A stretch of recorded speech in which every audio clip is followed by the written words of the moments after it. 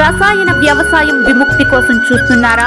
గోవు పాలనతో పాటు చేయు గో ఆధారిత వ్యవసాయం నీ ధ్యేయమైతే నీ అవసరం ఇక్కడ. అందరికీ నమస్కారం అండి. ప్రకృతి, పర్యావరణం, ప్లాస్టిక్ రహిత సమాజం కోసం ప్రాజెక్ట్ గ్రీన్ ఎర్త్ అనే అంశం మీద ముందుకు పైగా గవర్నమెంట్ స్కూల్ పిల్లలకు అవగాహన కల్పించారు మన విష్ణు అన్న. ప్రాజెక్ట్ గ్రీన్ ఎర్త్ అంటే ఏమిటో ఈరోజు మన వీడియోలో ఆ వివరాలు తెలుసుకుందాం. అన్న నమస్కారం. కంగ్రాట్స్ అన్న, మీరు ముందుకు పైగా గవర్నమెంట్ స్కూల్ పిల్లలకు అవగాహన కల్పించారు. ప్రకృతి, పర్యావరణం, ప్లాస్టిక్ రహిత సమాజం కోసం చాలా రోజుల నుంచి మిమ్మల్ని కలవాలనుకున్నాం. ఈ రోజుకు మీరు మాకు కలిశారు. ఈ రోజు ప్రాజెక్ట్ గ్రీన్ ఎర్త్ అంటే ఏమిటో ఈరోజు మనం దాని గురించి మాట్లాడుకుందాం. అందరికీ నమస్కారం. నా పేరు విష్ణు. మాది కొమ్మిడిపల్లి గ్రామం, ముసపేట మండలం, మహబూబ్ నగర్ జిల్లా. ఈ ప్రాజెక్టు గ్రీన్ ఎర్త్ యొక్క ఉద్దేశం అంటే ఎంతో కొంత మనం ఈ భూమి పచ్చదాన్ని కాపాడాలి, అలాగే పెంచాలి, అలాగే మనం ప్లాస్టిక్ నివారణ దిశగా అడుగులు ముందుకేయాలి, అలాగే ఎంతో మందికి స్వచ్ఛమైన గాలి అందించాలనేది దీని యొక్క ఉద్దేశం. అయితే ఈ ప్రాజెక్ట్ గ్రీన్ ఎర్త్ యొక్క అంటే ఈ ఉద్దేశం నాకు రావడం కారణం ఏంటంటే, మనం గమనించినాం మనకు కరోనా సమయంలో అంటే గత 3 సంవత్సరాల క్రితం వేప చెట్లు ఎండిపోవడం స్టార్ట్ అయినాయి. అవి ఎందుకు ఎండిపోయినా అంటే వాటికి ఒక చిన్న వైరస్ సోకింది. ఫామాప్సిస్ అనే వైరస్ సోకడం ద్వారా వేప చెట్లు ఎండిపోవడం జరిగింది. మా ఇంటి ముందు కూడా వేప చెట్టు ఎండిపోవడం స్టార్ట్ అయింది. ఎందుకు ఇలా జరుగుతుందని నేను మామూలుగా నెట్లో సెర్చ్ చేశాను, అలాగే పేపర్లో కూడా ఆర్టికల్ చూశాను. దాని ద్వారా నాకు ఈ వైరస్ ద్వారా చెట్లు ఎండిపోవడం స్టార్ట్ అవుతుందని చదివాను. అయితే మనకు రోగా నిరోధక శక్తి ఏ విధంగా పనిచేస్తుందో చెట్లకు కూడా భూమి సారం రోగా నిరోధక శక్తిగా పనిచేస్తుంది. అయితే మనకు భూసారం తగ్గినప్పుడు ఈ విధంగా చెట్లకు ఒక చిన్న వైరస్ కానీ బ్యాక్టీరియా ఏ సోకినా సరే చనిపోవడం జరుగుతుంది. అయితే నా వంతు కృషిగా ప్రతి ఊర్లో కొన్ని చెట్లు పెంచాలి ఏదో రకంగానే ఆలోచించి నేను విత్తన బంతుల గురించి తెలుసుకొని విత్తన బంతుల తయారీ గురించి చదివి నేను కూడా ఆ విధంగా తయారు చేసి విద్యార్థులకు పంచడం జరుగుతుంది. అయితే ఈ కార్యక్రమంలో విద్యార్థులు ఎందుకు ఎంచుకున్నా అంటే, మన దేశంలో కలుషితమైన గాలి పీల్చుకొని సంవత్సరానికి దాదాపు 6 నుంచి 7 లక్షల మంది విద్యార్థులు చనిపోతున్నారు. అరే వీళ్ళందరినీ మనం కాపాడుకోలేకపోయినా మన చుట్టూ ఉండే ప్రాంతాల విద్యార్థులు మనం కాపాడుకోలే ఏ విధంగా అని ఆలోచించి వాళ్ళకి విత్తన బంతులు అందించి వాటిని నాటి పెంచమని, అలాగే ప్రతి పుట్టినరోజు కూడా విద్యార్థులకు ప్రతి ఒక్కరు కూడా ఒక మొక్క నాటాలని వాళ్ళకు ఆ విధంగా చెప్పడం జరుగుతుంది. అదేవిధంగా ఈ కార్యక్రమాన్ని గవర్నమెంట్ స్కూల్లో చేస్తున్నా. ఎందుకోసం అంటే మన దేశంలో దాదాపు 4-5 సంవత్సరాల్లో 20,000 స్కూల్ మూతపడడం జరిగింది. అయితే ఈ స్కూల్ మూతపడడానికి కారణం ఏంటంటే విద్యార్థులు అందరూ కూడా ప్రైవేట్ స్కూల్కి వెళ్ళడం ద్వారా గవర్నమెంట్ స్కూల్ మూతపడుతున్నాయి. దీనికి ఒక ఉదాహరణ చెప్తాను. మన ప్రభుత్వాల్లో ఒక ప్రభుత్వ ఆసుపత్రి నిర్మించినప్పుడు దాదాపు ఒక 1000 మంది సరిపడా ఆసుపత్రి నిర్మిస్తుంది. అయితే మన ప్రజలు అక్కడ ఒక 100-200 మంది వెళ్ళి మిగతా 800 మంది ప్రైవేట్ హాస్పిటల్కి వెళ్ళడం ద్వారా మన ప్రభుత్వ ఆసుపత్రుల్లో వసతులు కల్పించడం మానేస్తుంది. అదేవిధంగా గవర్నమెంట్ అంటే ప్రభుత్వ స్కూళ్ళలో కూడా దాదాపు ఒక 500 మందికి సరిపడా స్కూల్ ఉంటే మన విద్యార్థులు ఓ 100-150 మంది విద్యార్థులు వచ్చి మిగతా 300-350 మంది ప్రైవేట్ స్కూల్కి వెళ్ళడం ద్వారా గవర్నమెంట్ స్కూల్లో వసతులు కల్పించడం ప్రభుత్వాలు మానేస్తున్నాయి. అయితే దీని ద్వారా మనమే అన్ని కోల్పోతున్నాం. ఎందుకోసం అంటే ఒక విద్యార్థి సాధారణంగా ప్రైవేట్ స్కూల్కి వెళ్తే 30,000 ఫీజు ఉంటుంది, కొన్ని స్కూల్లో ఎక్కువ కూడా ఉంటుంది. అలాగే ఒక 100 మంది విద్యార్థులు ప్రైవేట్ స్కూల్కి వెళ్తే 30 లక్షలు, ఒక 1000 మంది వెళ్తే 3 కోట్లు. ఈ విధంగా మన తెలంగాణ రాష్ట్రంలో ఉన్నాయి దాదాపు 50,000 ప్రైవేట్ స్కూల్ ఉన్నాయి. అంటే ఒక్కొక్క స్కూల్కి యావరేజ్గా ₹1 కోటి వేసుకున్న సంవత్సరానికి 50,000 కోట్లు లాస్ అవుతున్నాం. ఈ విధంగా మన డబ్బు కోల్పోతున్నాం, అలాగే మనం విద్యను కూడా కోల్పోతున్నాం. కాబట్టి అందరూ కూడా విద్యార్థులు గవర్నమెంట్ స్కూల్లో చదివితే బాగుంటా అనేది నా యొక్క ఆలోచన. దాని గురించి విద్యార్థులు కూడా వాళ్ళ బంధువులు కానీ ఫ్రెండ్స్ కానీ ఇంకెవరు ఉంటే వాళ్ళందరూ కూడా గవర్నమెంట్ స్కూల్లో చేర్పించి మన గవర్నమెంట్ స్కూల్లో కాపాడుకోవాలనేది నా యొక్క ఆలోచన. ఆ విధంగా విద్యార్థులు కూడా నేను స్కూల్కి వెళ్ళినప్పుడు ఈ విధంగా చెప్తాను. మీ బంధువులు ఎవరైనా, మీ ఫ్రెండ్స్, స్నేహితులు ఎవరైనా వాళ్ళందరూ కూడా గవర్నమెంట్ స్కూల్ తీసుకురండి.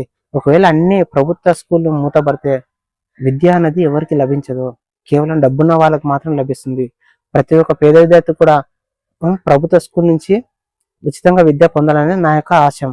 దీని గురించి ఈ విధంగా నేను ఈ కార్యక్రమాన్ని ఓన్లీ గవర్నమెంట్ స్కూల్లో చేయడం జరుగుతుంది. ఈ విధంగా నేను నా వంతుగా ప్రతి స్కూల్లో కూడా విద్యార్థులకు విత్తన బంతి అందించి వాటిని నాటి పెంచమని, అలాగే వాళ్ళకు పుట్టినరోజుకు ఒక మొక్క నాటమని చెప్తాను.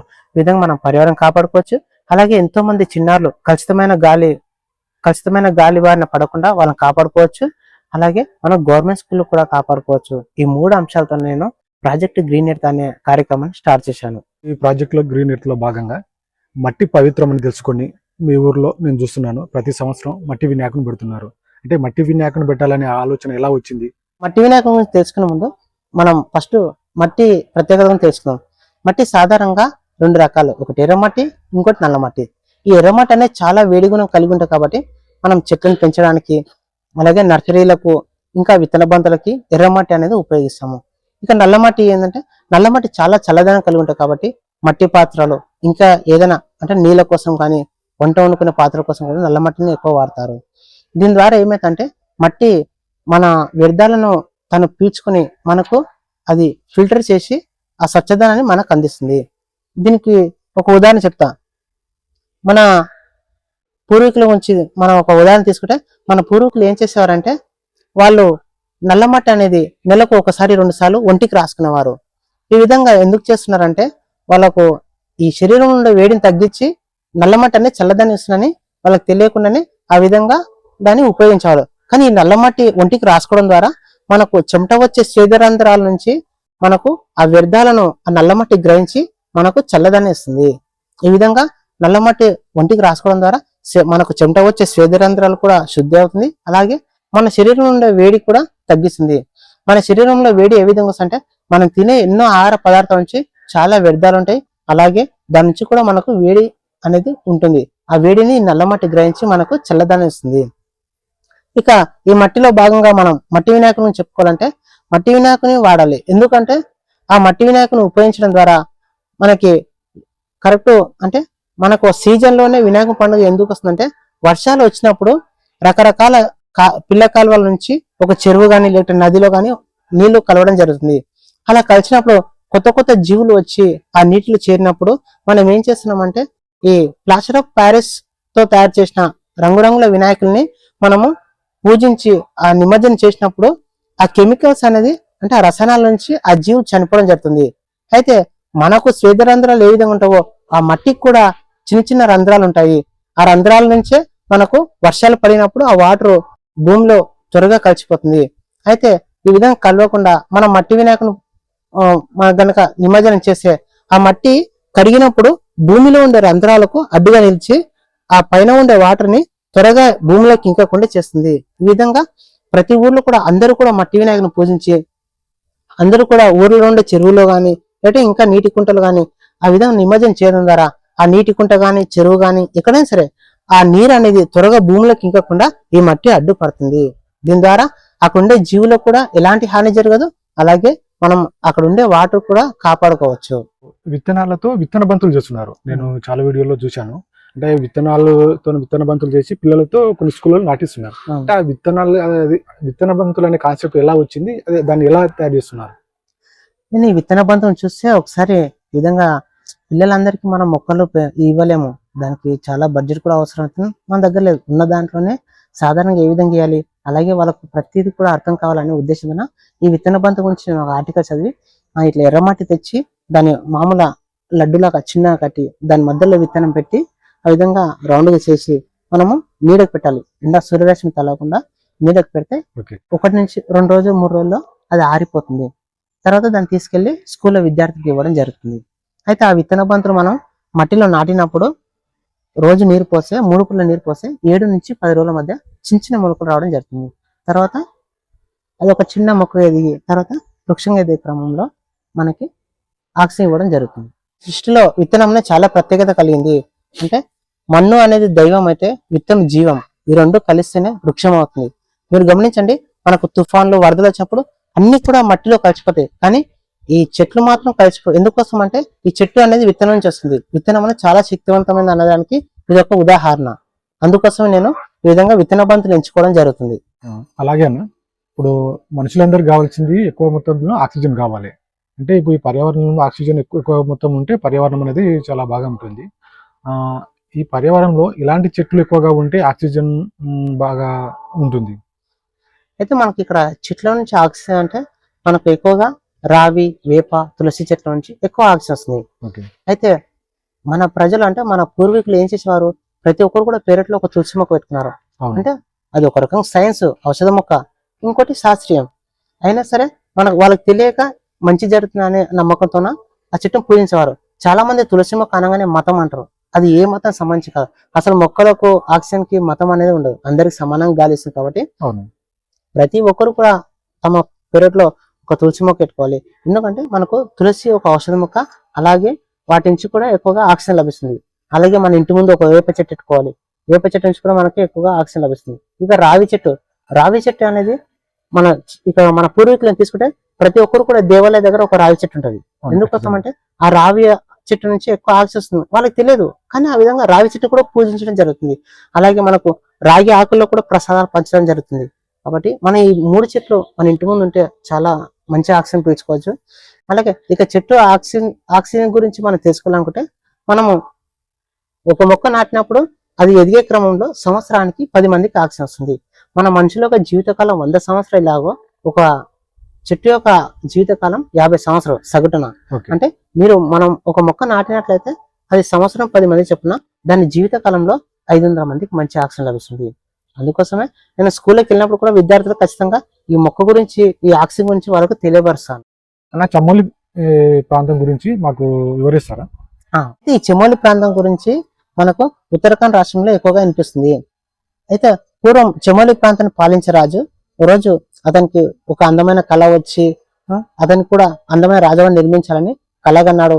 అదే విధంగా ఆ కళ గురించి సైనికులు చెప్పి తన రాజ్యం నుండే ఒక 2000 చెట్లను నరికి తీసుకొచ్చి ఆ చెట్ల నుండి వచ్చే కొమ్మల ద్వారా అతన్ని అనుకున్నట్లు ఒక అందమైన రాజవాన్ని నిర్మించాలని సైనికులు ఆదేశిస్తాడు.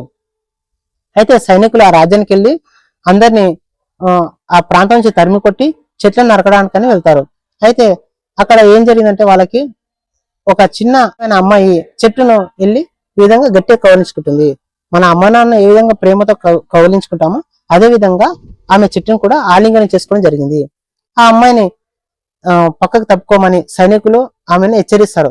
అయినా సరే అమ్మాయి ఏమంటది, నాకు జన్మనిచ్చిన తల్లి ఎలాగో నాకు ప్రాణవాయువు అందించి నన్ను కాపాడుతున్న ఈ చెట్టు కూడా నాకు అమ్మ లాంటిది కాబట్టి ఈ చెట్టును వదలను, మీరు నరకడానికి వీల్లేదు అని వాళ్ళకి చెప్తుంది. సైనికులు ఏం చేస్తారు, ఇది రాజు ఆజ్ఞ, నువ్వు పక్కకు తప్పుకోకపోతే నీ తల నరికేసి చెట్టు తీసుకెళ్తామని ఆమెను హెచ్చరిస్తారు. అయినా అమ్మాయి వినకుండా చెట్టును అలాగే కౌగిలించుకుని ఉంటుంది. సైనికులు రాజు ఆజ్ఞ పాటించారు కాబట్టి ఆమె తల నరికేసి చెట్టు తీసుకెళ్ళడం ప్రారంభిస్తారు. ఆ అమ్మాయి తల నరకడంతో అక్కడుండే ప్రజలు కూడా అన్ని చెట్లను కౌగిలించుకోవడం జరుగుతుంది. ఈ విధంగా రాజుకు ఈ విషయం సైనికులు చెప్పి అందరూ ఈ విధంగా చేస్తారని చెప్పడంతో రాజు తన మూర్ఖపు ఆలోచన వల్ల ఈ విధంగా ఒక అమ్మాయి ప్రాణం పోయిందని గ్రహించి అక్కడుండే ప్రజలందరినీ రాజు క్షమాపణ కోరి ఆ రోజు ఆ రాజ్యంలో ఒక శాసనం ఏర్పరుస్తాడు. ఏమనంటే ఎవరైనా తన అవసరం కోసం ఒక చెట్టు నరికితే దాని శిక్షగా 100 చెట్లు నాటాలని రూల్ తెస్తాడు. ఆ శాసనం ద్వారా ఆ కొండే ప్రాంతము కొన్ని సంవత్సరాలనే పచ్చదనంతో నిండిపోయి అందరూ కూడా ఆరోగ్యాలతో సంతోషంగా జీవిస్తారు. ఈ స్టోరీ ఆధారంగానే మనకు చిప్కో ఉద్యమం ప్రారంభమైందని చెప్తారు. అయితే సుందర్లాల్ బహుగుణ గారు ఈ స్టోరీని ఎంచుకొని దీని ప్రకారమే మనకు అతిపెద్ద పర్యావరణ ఉద్యమం అనేది చిప్కో ఉద్యమం అనేది ప్రారంభించారు. అది చాలా సక్సెస్ అయింది. చిన్నప్పుడు చూసుకుంటే పిచ్చుకలు ప్రతి ఊర్లో కనబడేది. ఇప్పుడు రాను చూస్తే అసలు పిచ్చుకలు అంతరించిపోతున్నాయి. కారణం ఏమంటారు? కారణం అంటే ఈ రోజు మనం ఈ మొబైల్ రేడియేషన్ కారణం. ఈ రోజు 5th జనరేషన్ అని మనం ఎక్కువ మొబైల్ రేడియేషన్ పెంచడం ద్వారా అవి ఆ రేడియేషన్ కి తట్టుకోలేక చనిపోతున్నాయి. అలాగే ఇంకోటి వాటికి సరిగా నివాసము ఆహారం లేక కూడా చనిపోతున్నాయి. కాబట్టి నేను స్కూల్కి వెళ్ళినప్పుడు విద్యార్థికి ఏం చెప్తుంటే, మీరు ఒక పిడికిడి గింజలు కొన్ని నీళ్లు పోసి వాటిని కాపాడుకుంటే అవి వాటి సంతానాన్ని అభివృద్ధి చేసుకుని ఎక్కువ పిచ్చుకలు అభివృద్ధి చెందుతాయి. అయితే మనకు పిచ్చుకల వల్ల లాభం ఏంటంటే మనం గమనించటం, ఉదయం పూట మనం పొలాలకు వెళ్ళినప్పుడు అక్కడ కరెంట్ తీగల పైన ఉదయం 6-7 గంటల మధ్యలో ఆ కరెంట్ తీగల పైన అవి ఉంటాయి. ఎందుకోసం ఉంటాయంటే ఆ చుట్టుపక్కల ఉండే చేళ్లలో ఆ పురుగులను చీడ పురుగులను తిని పంటను కాపాడుతాయి. కాబట్టి పిచ్చుకలు ఎక్కువ ఉంటే మనం రసాయనం తక్కువ చేస్తాము. ఒక రకంగా పక్షులు కూడా చెట్లు పెంచాయి. ఏ విధంగా అంటే ఆ పక్షులు ఒక చోట తిన్న విత్తనాలను అంటే ఫలాలను ఇంకో చోట ఆ విత్తనాలు విసర్జించడం ద్వారా మనకి అవి కూడా పక్షులు కూడా పర్యావరణం కాపాడినట్లు అవుతుంది. దానికోసమే ఆ విధంగా మాటలు రాని పక్షులే చెట్లను పెంచినప్పుడు మనం పెంచితే తప్పేంది అని ఈ విధంగా విద్యార్థులకు కూడా నేను అవగాహన కల్పిస్తుంటాను. అందుకోసం ప్రతి ఒక్కరు ప్రతి పుట్టిన ఒక మొక్క నాటండి. పక్షులు పెంచాం, మనం పెంచలేమా, మనకు వాటికన్నా ఎక్కువ తెలియదు కాబట్టి మనం కూడా పెంచాలి అనేది వాళ్ళకి అట్లా ఆ విధంగా కల్పిస్తాను. ఇక పిచ్చుకలను చెప్పుకుంటే పిచ్చుకలు పక్షులు మనం ఎంత కాపాడుకుంటే అంత మంచిది. పర్యావరణం బాగుండాలంటే పిచ్చుకలు ఉండాలి. పిచ్చుకలు పర్యావరణం బాగుండాలంటే ఈ పక్షులు ఎంతో ముఖ్యమో మనం పక్షులు బాగుంటే పర్యావరణం కూడా అంత ముఖ్యం. ఈ రెండు ఉంటేనే మనం ఆరోగ్యంగా ఉంటాం. ఇక ఈ పక్షుల గురించి బాధాకరమైన విషయం ఏంటంటే అమెరికాలో ఎక్కువ పక్షులు చనిపోతున్నాయి.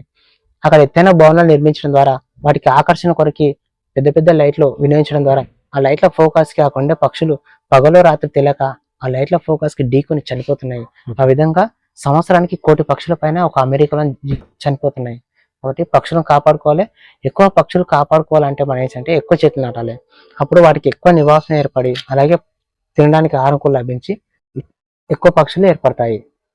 నేను కొన్ని వీడియోలు చూశాను, మీరు కొంతమంది రైతుల దగ్గర వెళ్ళి వాళ్ళు రసాయనాలు కానీ పురుగు మందులు కొడుతుంటే వద్దని చెప్తున్నారు. అంటే అంటే దేనికోసం?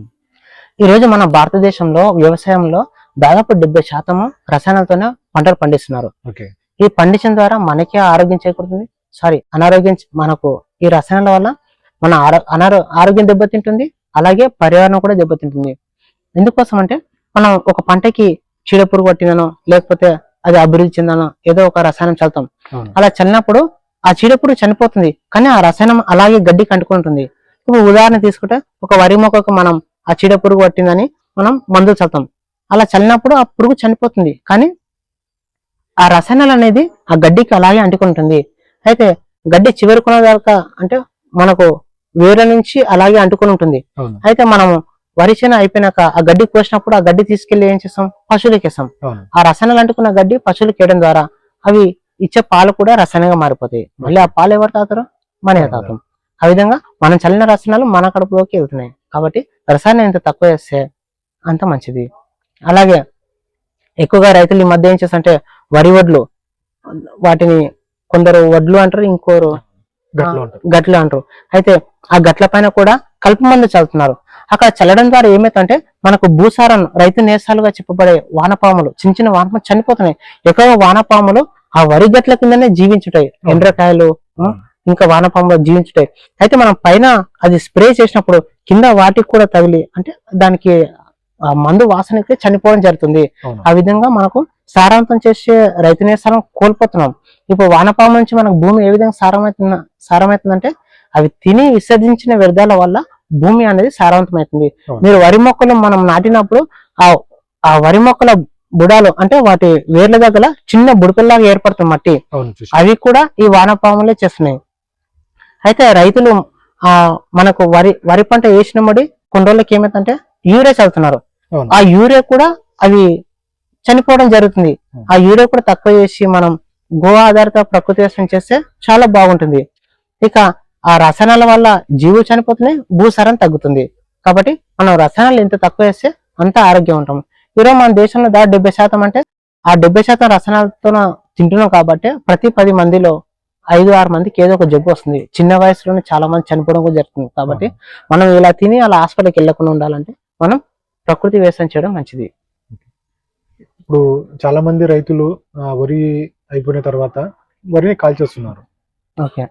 దాని వల్ల కాలుష్యం వస్తుంది, తాజ్మహల్ ఇట్లా రంగు మారుతుంది అంటున్నారు. వరిగడ్డి అంటిపెట్టడం లాభమా నష్టమా? ఓకే, ఇక్కడ వరిగడ్డి గురించి తీసుకుంటే మనం ఆ గడ్డి అంటిపెట్టడం అనేది చాలా వరకు నష్టమే. లాభం అనేది మనకు తెలియకుండా నష్టం అయితే ఎక్కువ అవ్వదు. ఎందుకంటే భూమికి మేలు చేసి ఎన్నో సూక్ష్మజీవులు చనిపోతున్నాయి మంటలో. మనకు ఏదో చిన్న గాయం అయితే మనం అల్లాడిపోతాం. అలాంటివి మనకు నీళ్ళ తల్లిని అమ్మగా కొలుస్తాం. అంటే నీళ్ళ తల్లి ఉండే గడ్డి అంటిపెట్టి భూమికి చాలా చేటు చేస్తున్నాం. అక్కడ భూసారం పెంచే ఎన్నో సూక్ష్మజీవులు చనిపోతున్నాయి. అలాగే ఆ గడ్డి అంటిపెట్టడం ద్వారా మనకి భూసారం తగ్గుతుంది. ఆ గడ్డి అంటిపెట్టే వచ్చే ఆ పొగ వల్ల కాలుష్యం ఏర్పడుతుంది. ఈ రోజు మన తెలంగాణ లాగా పంజాబ్, హర్యానా రాష్ట్రాల్లో ఎక్కువగా వరి పండిస్తున్నారు రైతులు. అయితే ఆ రైతులు ఏం చేస్తున్నారంటే ఆ వరి పంట అయిపోయినాక ఆ వరి కొని అంటిపెడుతున్నారు. అది అంటిపెట్టడం ద్వారా ఆ రాష్ట్రాల పక్కన ఉండే ఢిల్లీలో ఎక్కువగా మంచు ప్రాంతం కాబట్టి ఆ పొగ మొత్తం అక్కడ చేరి చుట్టుపక్కల కాబట్టి మొత్తం ఏర్పడి ఆ ప్రాంతం అంతా పొగతో మొత్తం కమ్ముకొని ఉంటుంది. దాని ద్వారా ఢిల్లీలో జీవించే చిన్నారులకు ఎంతో మందికి ఊపిరితిత్తుల వ్యాధులు, శ్వాసకోశ వచ్చి చనిపోవడం జరుగుతుంది. కాబట్టి ఆ విధంగా వాళ్ళు అంటిపెట్టకుండా గవర్నమెంట్ ఏమైనా రూల్ తెస్తే బాగుంటుంది. ఈరోజు మీరు గమనించవచ్చు, ఆగ్రాలో ఉండే ఢిల్లీ పక్కన ఆగ్రాలో ఉండే తాజ్మహల్ కూడా వరి కలర్ లో మారిపోయిందంటే మీరు ఒకసారి గమనించండి ఎంత కాలుష్యం ఏర్పడుతుందో. అందుకే ప్రతి సంవత్సరం ఢిల్లీలో చిన్నారులకి ఈ అక్టోబర్ నవంబర్ నెల స్టార్ట్ కాగానే అక్కడ కనీసం ఒక 10 నుంచి 20 రోజులు సెలవులు ఇస్తున్నారు. ఎందుకోసం అంటే ఆ ప్రాంతంలో అక్కడ ఉండే చిన్నారులకి ఎక్కువగా ఆ కాలుష్యం ఏర్పడి ఎక్కువ చనిపోతున్నారు, ఎక్కువ అనారోగ్యం పాలవుతుంది. కాబట్టి అక్కడ ప్రభుత్వం ఏం చేస్తుందంటే వాళ్ళకు సెలవులు ఇవ్వడం జరుగుతుంది. కాబట్టి మన రాష్ట్రంలో కూడా చాలా మంది రైతులు అవగాహన లేక ఆ వరిగడ్డి అంటిపెట్టడం జరుగుతుంది. దాని ద్వారా ఎక్కువ కాలుష్యం ఏర్పడుతుంది. అయితే మనకు వరిగడ్డి అంటిపెట్టకుండా నివారించాలి ఏ విధంగా అంటే దానికి కూడా నివారణ ఉంది. ఆ వరిగడ్డికి నీళ్లు పెట్టి ఒక 7 నుంచి 10 రోజులు నానబెట్టి ట్రాక్టర్తో దున్నితే అది ఆ గడ్డి భూమిలో కుళ్ళిపోయి ఎరువుగా మారుతుంది. దానివల్ల లాభం ఆ విధంగా భూసారం కూడా పెరుగుతుంది. కానీ వాటిని అంటిపెట్టడం ద్వారా ఎలాంటి లాభం అయితే ఉండదు. కాబట్టి మనం ఆ విధంగా చేస్తే భూమిని కాపాడుకోవచ్చు, భూసారం పెంచుకోవచ్చు.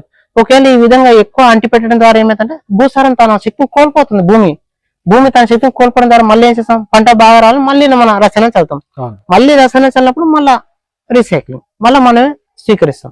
కాబట్టి రసాయనం తక్కువ చేసి మనం ప్రకృతి వ్యవసాయం ఎంత ఎక్కువ చేస్తే అంత మంచిది. దీనికి మనకు ఆల్టర్నేట్ గా గో ఆధారిత ప్రకృతి వ్యవసాయం కూడా ఉంది. ఈ విధంగా చేయడం ద్వారా రసాయనం తగ్గించి మనం ఆరోగ్యంగా జీవించే అవకాశం ఉంటుంది. కాబట్టి రైతులందరూ కూడా గో ఆధారిత ప్రకృతి వ్యవసాయం చేస్తే ఎలాంటి రసాయనాలు లేకుండా అందరూ కూడా రసాయన ఫుడ్ తినకుండా మంచిగా ఆరోగ్యం జీవిస్తారు. భూతాపం పెరగడానికి మనం వాడే ఏసీ గానీ ఫ్రిడ్జ్లు కానీ కారణం అంటారా? ఎక్కువగా మనకు ఫ్రిడ్జ్ల నుంచి ఎక్కువ ఎఫెక్ట్ అవుతుంది. ఎందుకోసం అంటే ఒక ఫ్రిడ్జ్ వాడాలంటే అంటే అది నడవాలంటే 24 గంటలు ఆన్లో పెట్టాలి, లేకపోతే నడవదు. అలా ఆన్ చేసినప్పుడు ఏమైతుందంటే వాటి నుంచి హైడ్రోక్లోరో కార్బన్స్ అనే వాయువులు రిలీజ్ అవుతున్నాయి. దాని ద్వారా మనకు భూమిని కాపాడే ఓజోన్ పొర చాలా దెబ్బతింటుంది. ఇప్పుడు మనకు సూర్యుని నుండి వచ్చే అతి నీళ్ళ లోహిత కిరణాలు డైరెక్ట్ గా వచ్చి మన చర్మం పైన పడితే అందరికి కూడా చర్మ క్యాన్సర్ వస్తుంది. కానీ ఆ చర్మ క్యాన్సర్ రాకుండా ఎవరు కాపాదంటే ఓజోన్ పొర. ఓజోన్ పొర చాలా మందంగా ఉంటుంది. కానీ మనం వాడే ఈ ఫ్రిడ్జ్ల వల్ల ఏసీల వల్ల ఏమైందంటే ఈ హైడ్రోక్లోరో కార్బన్స్ అనే వాయువులు రిలీజ్ అవ్వడం ద్వారా, ముఖ్యంగా ఫ్రిడ్జ్ నుంచి వచ్చే హైడ్రోక్లోరో కార్బన్స్ అనే వాయువులు రిలీజ్ అవ్వడం ద్వారా ఓజోన్ పొర అనేది సన్నబడుతుంది. అది అదే విధంగా కంటిన్యూ అయ్యి చిన్న రంధ్రాలు పడ స్టార్ట్ అవుతుంది. ఆ విధంగా ఓజోన్ పొర దెబ్బతింటే మనకు సూర్యుడి వచ్చే ఆ తిరిగిలో కిరణాలు డైరెక్ట్ మన చర్మం పైన పడుతుంది. అలా వస్తే అందరూ కూడా చర్మ క్యాన్సర్ వస్తుంది. ఇక దీనిలో భాగంగా కూలర్లో కూడా మనం కూలర్లను వాడకుండా ఉండడమే మంచిది. ఎందుకోసం అంటే ఒక కూలర్ వాడినప్పుడు మనం ఏం చేస్తాం, చల్లగాలి రావాలంటే ఒక బకెట్ నీళ్ళు పోస్తాం. దానికి రోజు బకెట్ నీళ్ళు పోసే బదులు మనం ఇంటి ముందు ఒక మొక్క నాటుకొని అదే బకెట్ నీళ్ళు రోజు ఆ మొక్కకు పోస్తే అది ఎదిగే కొద్దీ చాలా మందికి ఆక్సిజన్ వస్తుంది, అలాగే పక్షులకు నివాసంగా మారుతుంది, అలాగే మనకి భూసారం పెంచడానికి కూడా కారణం అవుతుంది. ఇన్ని లాభాలు. అదేవిధంగా ఆ మొక్క నాటితే మన ఇంటి చుట్టూ కాడికి కాకుండా మన ఇంటి చుట్టూ 10 ఇళ్ళు కూడా చల్లగాలి వస్తుంది. కాబట్టి మన ప్రజలు గ్రహించి ఆ విధంగా కూలర్లు ఎక్కువ వాడకుండా అలాగే ఫ్రిడ్జ్లు కూడా ఎక్కువ వాడకుంటే మనం ఈ భూమిని పర్యావరణం కాపాడుకునే వాడతాం. ఇక ఫ్రిడ్జ్లో పెట్టిన ఆహారాలు తింటే అన్ని కూడా అనారోగ్యం పాలవుతారు. కాబట్టి ఫ్రిడ్జ్లో పెట్టిన ఆహారాలు పానీయాలు ఏవి తాగకూడదు, చాలా అది అనారోగ్యం ఏర్పడుతుంది. కాబట్టి ఫ్రిడ్జ్లు కూడా ఎవరు వాడకండి, ఈ పర్యావరణం కాపాడుకోవాలని నేను అనుకుంటున్నాను. ఈ మధ్య చాలా చూస్తున్నాం, అడవులన్నీ నరికేయబట్టారు. అడవులు ఉన్న మన జంతువులన్నీ ఊర్ల దగ్గర పొలాల్లో రాబట్టాయి. కొన్ని పొలాలు ఇట్లా రావడం వల్ల రైతులకు ఇట్లా నష్టం కలిగిస్తున్నాయి. దీనికి ఏం కారణమై ఉంటుంది? అయితే దీని గురించి చెప్పాలంటే ఫస్ట్ మనం అడవుల గురించి మాట్లాడుకోవాలి. ఈరోజు మన జాతీయ గణాంకాల ప్రకారం ఖచ్చితంగా మనకు 33% అడవులు ఉండాల్సి వస్తే 21% పడిపోయినాయి. దీని ద్వారా అంటే మనకు ఆ జంతువులు పక్షులకు కేటాయించిన భూమి కూడా మనం లాగేసుకున్నట్లయితుంది. ప్రపంచ జనాభా రోజు పెరిగే కొద్ది ఏమైందంటే మనం చుట్టుపక్కల ఉండే అడవులను కూడా ఆక్రమిస్తున్నాం. కాబట్టి అక్కడ ఉండే జంతువులు పక్షులు అన్ని కూడా ఊర్లోకి రావడం జరుగుతుంది. ఆ విధంగా వచ్చి మళ్ళీ పక్షులు పంటలు నాశనం చేస్తున్నాయి అంటున్నాం. కానీ దానికి కారణం కూడా మనమే.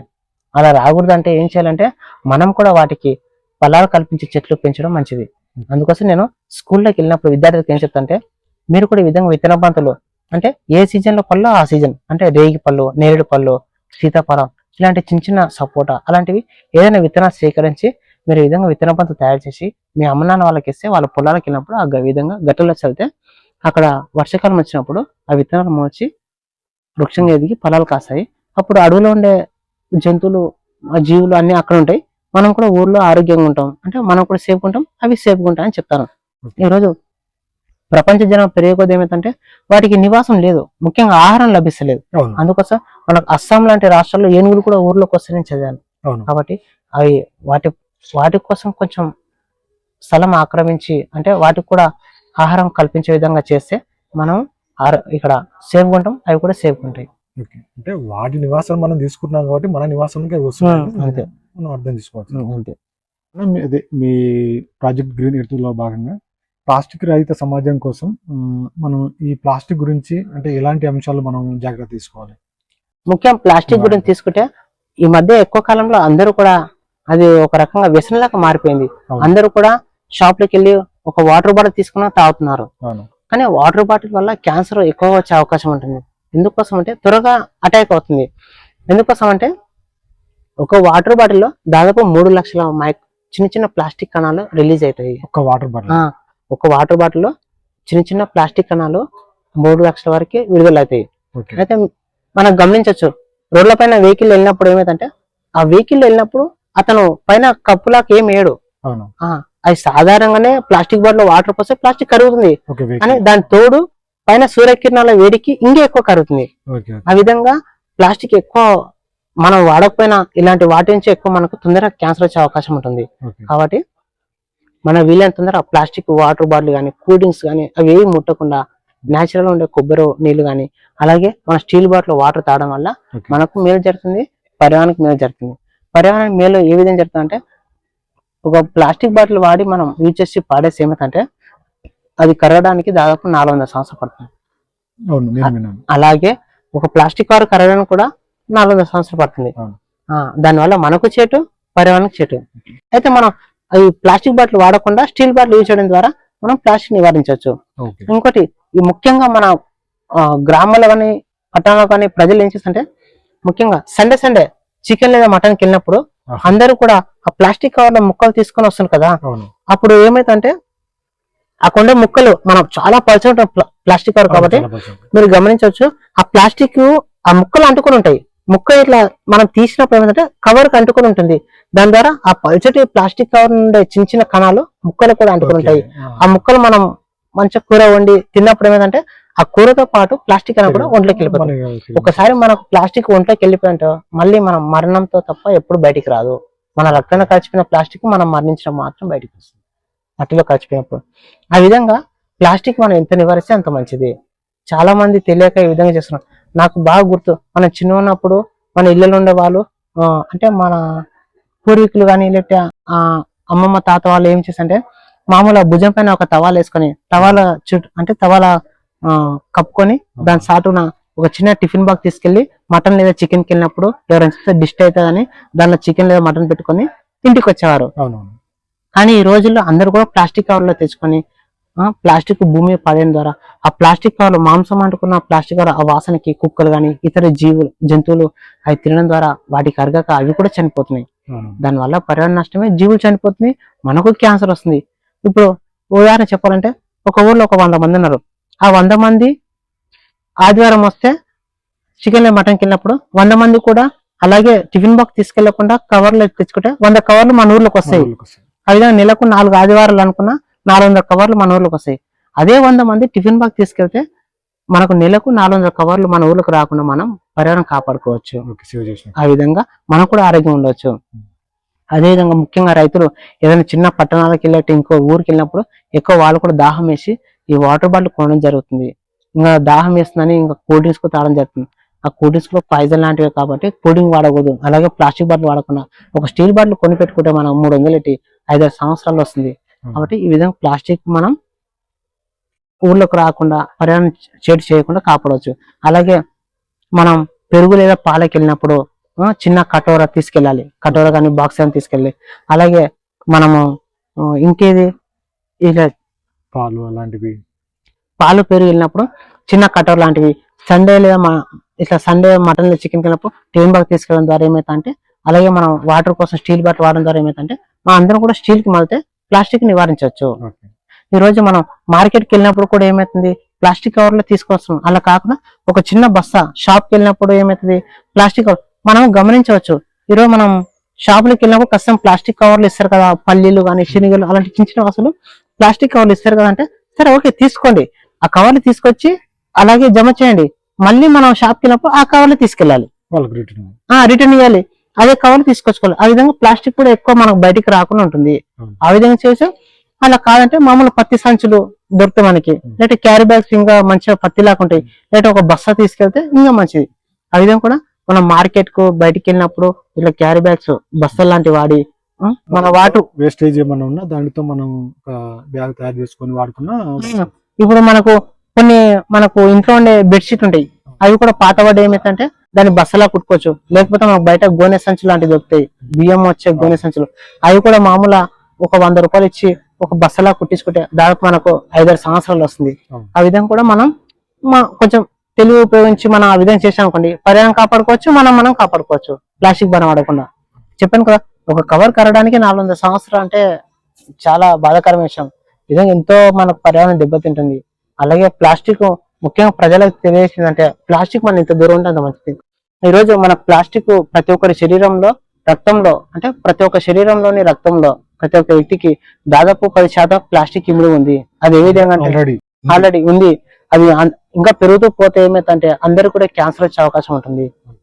ఈ ప్లాస్టిక్ మన ఒంట్లోకి ఏ విధంగా వచ్చిందంటే, మనం ఉదయం లేచినప్పుడు బ్రష్ చేసాం, బ్రష్ ప్లాస్టిక్, ఆ పేస్ట్ కూడా ప్లాస్టిక్. మనం బయటికి వెళ్ళినప్పుడు టీ కప్పు తాగుతాం, ఆ టీ కప్పు కూడా ప్లాస్టికే. ఇంకోటి మనం మిల్క్ ప్యాకెట్లు తాగుతాం, పెరుగు కూడా ప్యాకెట్లు, ఆయిల్ కూడా ప్యాకెట్లు, ఇంకా పిల్లల బిస్కెట్లు, కుర్కురే, చిప్స్ అలాంటి అన్ని కూడా ప్లాస్టిక్ నుంచి వస్తున్నాయి.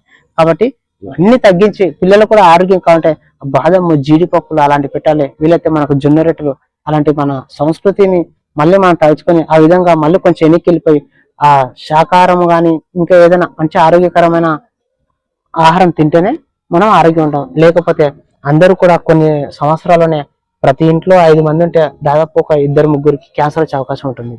ప్లాస్టిక్ మనం ఎంత తక్కువ వేస్తే అంత మంచిది. మన పూర్వీకులు ప్రతి ఇంటి ముందు పేడ చల్లుకునేవారు, యాంటీబయాటిక్ గా పనిచేస్తుందని. వాటి గురించి మీరు ఏమంటారు? ఇప్పటికీ పల్లెటూరులో కొన్ని చోట్ల ఏమిటంటే పేడతోనే చామిడి చల్లుతారు. కొందరు ఈ చామిడిని కలాపి అనుకున్నట్లు. అయితే పేడ ద్వారా చల్లితే మనకు లాభం ఏంటంటే పేడలోన ఒక గాఢత వాసన వస్తుంది. ఆ గాఢత ఉండే వాసనకి ఆ గాఢత నుంచి మనకి ఏం చేస్తుందంటే మన ఇంట్లోకి చెడు సూక్ష్మజీవులు రాకుండా మంచి సూక్ష్మజీవులు మాత్రం బతుకుతాయి. మన చెడు చేసే సూక్ష్మజీవులు అనేది ఆ గాఢత వాసనకి చనిపోతాయి. అదేవిధంగా మన ఇళ్లలో గడపలకి పసుపు పెట్టి రుద్దడం ద్వారా యాంటీబయాటిక్ పనిచేసి మనకు చెడు చేసే సూక్ష్మజీవులు కూడా మన ఇంట్లోకి రాకుండా ఆ పసుపు అనేది కాపాడుతుంది. అలాగే ఇల్లు వాకిలి అంటే ఇల్లు మనం తుడిచేటప్పుడు దానిలో రకరకాల కెమికల్స్ వాడుతున్నాం, అది చాలా తప్పు. దాని ద్వారా ఏమైందంటే మన ఇంట్లో ఉండే చిన్నపిల్లలు అనుకోకుండా భూమి ఇట్లా బండల పైన భూమి మీద చేతి పెట్టినప్పుడు ఆ రసాయనం వాళ్ళకి అంటుకుని, అలాగే చేతులు ఇట్లా నాకినప్పుడు ఒంటికి అంటించినప్పుడు ఆ రసాయనం వాళ్ళ శరీరంలోకి పాకి వాళ్ళకి అనారోగ్యం పారే అవకాశం ఉంటుంది. ఈ విధంగా కూడా చర్మవ్యాధులు వచ్చే అవకాశం ఉంది. అదేదో మన ఇల్లు తుడిచినప్పుడు కొంచెం పసుపు వేసి పసుపు నీళ్ళతో ఇల్లు కడుక్కుంటే మనకు యాంటీబయాటిక్ పనిచేసి మన ఆరోగ్యం ఉంటాం. గడపలకు పెట్టాలి, అలాగే మనం ఇల్లు కూడా కడిగేటప్పుడు పసుపు వేసుకుని కడితే బాగుంటుంది. అలాగే ఈ పేడ చాలా మంది ఈ పేడ తెచ్చి అంటే పేడ దొరకక చాలా మంది ఏం చేస్తారంటే మనకి ఇప్పుడు సమాజంలో అందరూ కలర్లు వేసి చామిడిలా చల్లుతున్నారు. అది చాలా డేంజర్. మీరు ఒకసారి గమనించండి, ఆ కలర్ మన చేతిలో కండితే అప్పుడే పోదు. ఆ కలర్ తో అలాగే మన చేతులు కడుపున పోదు. కాబట్టి అలాగే మన ఆహారం తీసుకున్నప్పుడు ఆ కలర్ మన నోట్లోకి వెళ్ళి కూడా మనకు జబ్బులు వచ్చే అవకాశం ఉంటుంది. కాబట్టి అసలు పేడ చల్లపోయినా కొన్ని మంచిగా చల్లుకొని ఉన్న పర్లేదు, కానీ అలా కలర్లో చల్లకుండా ఉంటే బాగుంటుంది. రసాయనాలు మాత్రం వాడకూడదు. అంటే మన పూర్వీకులు మనకు అంతా శాస్త్రీయంగా నేర్పించేళ్ళారు, కానీ మన అందరం కూడా ఈ రోజు అంతా మర్చిపోతున్నాం. కాబట్టి మన పూర్వీకులు మనకు అందించదని మనం ముందు తరాలకు అందించే బాధ్యత మనది. కాబట్టి పసుపు వల్ల ఎప్పుడు కూడా చెడు కాదు, అది యాంటీబయాటిక్. కాబట్టి పసుపుని చల్లుకోవడం, అలాగే పసుపుతోన గడప కడగడం, అలాగే పేడతోన సామిర్చడం ఇలాంటి పాటిస్తే మనం చాలా వారికి జబ్బుల పాలు పడకుండా మనం ఆరోగ్యంగా ఉంటాం. ఈ పేడ గురించి మనం మాట్లాడితే ముఖ్యంగా ఆవు పేడ నుంచి తయారు చేసిన ఆ నుగ్గులు లాంటివి మన ఇంట్లో ధూపాలకు పనిచేస్తుంది. ఆ పొగ కూడా ఆ నుగ్గుల నుంచి వచ్చే పొగ కూడా మనకు పర్యావరణం శుద్ధి చేస్తుంది. అయితే మనం చాలా మంది తెలియక కొన్ని రసాయనాలు ఇంట్లో దోమలు రాకుండా అలాంటివి వాడుతుంటారు. మనం ఇళ్లలో చూసాం, మనం అంటే ప్రతి ఒక్కరి ఇంట్లో చూస్తుంటాం. మనం కొన్ని రకాల లిక్విడ్స్ వాడి దోమలు రాకుండా దోమల నిరోధం కొరకు ఇలాంటి వాడుతుంటాం. కానీ అలాంటి వాడకుండా దగ్గర ఉండే గోశాల కానీ లేకపోతే ఇంకే ఎక్కడైనా మన స్వదేశీ ఆవుల యొక్క పేడ నుంచి తయారు చేసిన నుగ్గులు అలాంటివి ధూపంలాగా పెడితే ఆ పొగ నుంచి పర్యావరణం శుద్ధి అవుతుంది, మనకు కూడా కొంచెం ప్రశాంతంగా అనిపిస్తుంది. అలాగే ఇంకోటి పల్లెటూరు ఉన్నారు ముఖ్యంగా గానుగ చెట్ల నుంచి వచ్చే ఆకు, లేకపోతే వేప చెట్ల నుంచి వచ్చే ఆ వేప ఆకు గాని మామూలు చిన్న పొగలాగా పెట్టి ఇంట్లో పెడితే వారానికి ఒకసారి ఆ విధంగా దోమల నివారణ కూడా తక్కువ అవుతుంది. దాని ద్వారా మన ఆరోగ్యం కూడా బాగుంటుంది. కానీ లిక్విడ్స్ అలాంటి వాడితే మన ఆరోగ్యం చాలా దెబ్బతింటుంది. మీ కార్యక్రమంలో ఒకటి నేను చూశాను, అంటే ఒక బొమ్మ డయాగ్రామ్ వేశారు, అంటే ఒక Okay. పిల్లవాడు ఆక్సిజన్ సిలిండర్ వేసుకొని ఆహా. చూశాను. అంటే రానున్న రోజుల్లో ప్రతి మనిషి అలాగా వేసుకోవడం జరుగుతుందంటారా? ఈ మధ్య కాలంలో మన కరోనా వచ్చినప్పుడు అందరికి ఆక్సిజన్ సిలిండర్ గురించి ఒక అవగాహన వచ్చింది. అవును. అయితే దీని గురించి చెప్పాలంటే మనం ఒక 20,000 వెనక్కిపోతే అందరికి కూడా వాటర్ బాటిల్ లో వాటర్ అమ్మడం అనేది తెలియదు. అవును. కొందరు డబ్బున్న వ్యక్తులు మాత్రం ఆ విధంగా వాటర్ లభిస్తుందని తెలుస్తుంది, అవును. కానీ చాలా మంది తెలియదు. అప్పుడు ఏ విధంగా మనకైతే తెలియకుండా ఉందో ఇప్పుడుండే చిన్నారులు కూడా ఈ ఆక్సిజన్ సిలిండర్ అంటే చాలా మంది తెలియదు. అవును. కానీ నేను చిన్నారులకి ఏం చెప్తాంటే ఆ డయాగ్రామ్ ఆ బొమ్మ చూపించి నేను మీలా చిన్న ఉన్నప్పుడు నాకు వాటర్ బాటిల్ వాటర్ అమ్మదా అని తెలియదు, అవును. కానీ ఇప్పుడు మీ అందరూ తెలుసుకో అంటే తెలుసు అంటారు. అవును. అయితే మీరు కూడా ఇప్పుడు కన్నా మీరు ప్రతి పుట్టినరోజుకి ఒక మొక్క నాటి ఈ పర్యావరణం కాపాడకపోతే భవిష్యత్తులో మీ ఇంట్లో ప్రతి ఇంట్లో కూడా ఈరోజు వాటర్ బాటిల్ ప్రతి ఇంట్లో ఎలా ఉంటుందో ప్రతి ఇంట్లో కూడా అందరూ కూడా భుజాల పైన ఆక్సిజన్ సిలిండర్ పెట్టుకొని మాస్క్ ద్వారా ఆక్సిజన్ పీల్చుకునే అవకాశం ఉంటుంది. Okay. కాబట్టి మీరు ఈ విధంగా ఇవ్వాల్సిన చెట్లు వేస్తేనే ఆక్సిజన్ సిలిండర్ దూరం అవుతుంది. మీకు ఆక్సిజన్ సిలిండర్ కావాలా, స్వచ్ఛమైన చెట్ల నుండి వచ్చే స్వచ్ఛమైన గాలి కావాలా, ఆక్సిజన్ సిలిండర్ నుంచి వచ్చే గాలి కావాలంటే పిల్లలందరూ కూడా అప్పుడు ఏమంటారు, సార్ మాకు స్వచ్ఛమైన గాలి కావాలి, అందుకోసం మేము చెట్లు నాటుతామని చెప్తారు. ఈ విధంగా వాళ్ళకు ప్లాస్టిక్ నివారణ కానీ అలాగే మనకు ఆక్సిజన్ సిలిండర్ గురించి కానీ ప్రతి ఒక్క విషయం కూడా స్టూడెంట్స్ కి చెప్పడం జరుగుతుంది.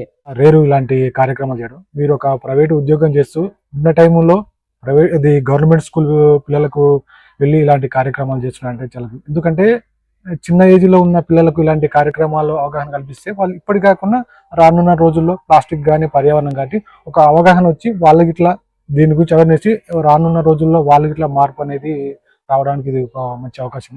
అంటే ఇలాంటి ఒక మంచి ప్రాజెక్ట్ మీరు ఎన్నుకున్నారు, అంటే ఒక్కరే మీరు ఇలా ఈ ప్రాజెక్ట్ ని ఎలా చేస్తున్నారు, ఇంకా మీకు ఎవరైనా సపోర్ట్ తో చేస్తున్నారా ఈ ప్రాజెక్ట్?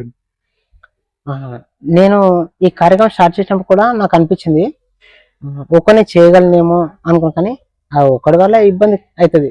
అందుకోసమే నాకు కూడా ఒకరు సాయం ఉంటే బాగుంటుంది అనుకుని మా అల్లుడు చెన్నై అని అబ్బాయి సాయంతో ఈ విధంగా స్టార్ట్ చేశాను. అతను కూడా ఫస్ట్ నేను చెప్పాడు, సరే నువ్వు చేసే మంచి పని కాబట్టి నేను వస్తాను, స్కూల్కి వెళ్ళినప్పుడు నాకు ఇన్ఫర్మేషన్ ఇస్తే నేను మేము కూడా వస్తాను అని అతను చెప్పడం జరిగింది. అతని ద్వారా నేను ఈ కార్యక్రమాన్ని ముందు తీసుకెళ్తున్నా. అలాగే నా జీవిత లక్ష్యం ఏంటంటే 1,00,000 మంది విద్యార్థులకు ఇట్లా అవేర్నెస్ కల్పించి, అలాగే మన మహబూబ్నగర్ జిల్లాలో ఉన్న 870 స్కూలు దాదాపు అన్ని కూడా తిరిగి ఇట్లా అందరికీ అవేర్నెస్ కల్పించి పర్యావరణాన్ని ఎంతో కొంత కాపాడుకోవచ్చు నా యొక్క ఆలోచన. మంచి ఆలోచన. ఎందుకు నాకు సహాయంగా ఉన్నందుకే మా కెమెరామ్యాన్ చెన్నైకి కృతజ్ఞత తెలుపుకుంటున్నా. సాయంతోనే ఖచ్చితంగా మహబూబ్నగర్ లో ఉన్న 870 స్కూల్కు తిరగాలని నా యొక్క ఆశ. గ్రీన్ ఎర్త్ లో భాగం అయ్యారు కాబట్టి మీరు ఇట్లా ఒక 2 విషయాలు షేర్ చేసుకోండి. అయితే స్టార్టింగ్ కాల్ చేశాడు, మా స్కూల్లో వేసినాం, స్టార్టింగ్ స్కూల్లో కాల్ చేశాడు. చేసిన తర్వాత నాకు అంత అర్థం కాలేదు, నువ్వు వస్తే అర్థమవుతుంది, ఒకసారి వచ్చేసి అన్నాడు. వెళ్ళిన ఒక 2 మాటలు చెప్పిండు, అంత నేను పట్టించుకోలేదు, సర్లే ఉండండిలే రమ్మన్నట్టుగా ఏందో చూద్దాం అనేసి వచ్చిన. అయితే నాకు ఒక 7-8 స్కూల్ వరకు ఏంది ఇది అని అనిపించింది. తర్వాత ఇంకా పెరుగుతుంటే ఇతను వాళ్ళకి చెప్పడం అదే స్టూడెంట్స్ కి చెప్పడం ద్వారా నాకు కూడా కొంచెం ఇంకా వెలుగుతుంది అనమాట, చెట్లు అంటే ఇదే అవునా అనేసి. తర్వాత మేమిద్దరం ఇంకా వెహికల్ మీద వచ్చినప్పుడు నీకు ఎందుకు ఇట్లా చేయాలనిపించింది, ఎందుకంటే ఇంకా చాలా మంది ఇట్లా చనిపోతున్నారు ఆక్సిజన్ అందక, కరోనా వల్ల ఇట్లా చనిపోయినారు, ఆక్సిజన్ లేక ఇట్లా మంది చనిపోతుంటారు, ఇట్లా సెలబ్రిటీలు డొనేషన్ చేసి చూస్తున్నారు కదా, అంతా అయింది కదా. కాబట్టి నేను ఇట్లా చెట్లను పెంచుతూ అందరికి సాయం హెల్ప్ చేద్దామని అనుకుంటున్నా. దానిలో భాగంగా నిన్ను కూడా తీసుకొచ్చిన, అంటే ఇంకా సరేలే అనేసి నేను కంటిన్యూ చేసిన. అది తర్వాత విషయం, అది ఏమవుతుందో తర్వాత విషయం. సక్సెస్ అవుతుందని అనుకుంటున్నాను, ఖచ్చితంగా అవుతుందని అనుకుంటున్నాను. అదే ఎన్ని ఇబ్బందులు వచ్చినా ఎన్ని వచ్చినా మేమైతే ఆపలే, ఇప్పటి వరకు ఆపకుండా కంటిన్యూ చేస్తూనే ఉన్నాం. ఎందుకంటే ఇలాంటి కార్యక్రమాలు చేయడం అనేది చాలా అరుదు, ఇలాంటి వాళ్ళు మళ్ళీ మీరు మీ వ్యక్తిగత పనులు చేసుకుంటూ కూడా ఇది టైం కేటాయించుకుంటున్నాం. సరే ఒక రోజు 1 నెలలో ఒక 10 స్కూల్ అనుకున్నాం, కొన్ని అటు ఇటు 2 అటు 2 ఇటు 8-6 వరకు అయితే కంప్లీట్ చేస్తున్నాం 1 month లో చేస్తున్నాం. నాకు కూడా కొంచెం మంచిగా అనిపిస్తుంది. సరే కొంతమందికి మనం చేస్తున్నాం, హెల్ప్ చేస్తున్నాం అంటే కూడా సరే అది కూడా కొంచెం పుణ్యం మనకు కూడా ఉంటుంది అనే ఆలోచనతోనే సాటిస్ఫాక్షన్ దగ్గర వచ్చేస్తున్నాం అతని దగ్గర. Okay, thank you. అండి ఈరోజు కార్యక్రమం అంటే విష్ణు అన్న గారి ఈరోజు అంటే ఈరోజు చేసే వివరాలు అనేది తెలుసుకున్నాము. ఎందుకంటే అతను ఒక ప్రైవేట్ ఉద్యోగం చేస్తూ సమాజం కోసం పిల్లలకు అవేర్నెస్ కల్పించాలని తను ఇస్తున్న టైం అంటే చాలా మంచిది. ఎందుకంటే ఇలాంటి కార్యక్రమాలు చేయడం అంటే అంత ఈజీ కాదు. మరిన్ని వీడియోస్ కోసం గౌ స్వగ్రామ్ యూట్యూబ్ ఛానల్ ని సబ్స్క్రైబ్, లైక్ అండ్ షేర్ చేసి అన్ని నోటిఫికేషన్స్ కోసం పక్కనున్న బెల్ ఐకాన్ ను క్లిక్ చేయండి.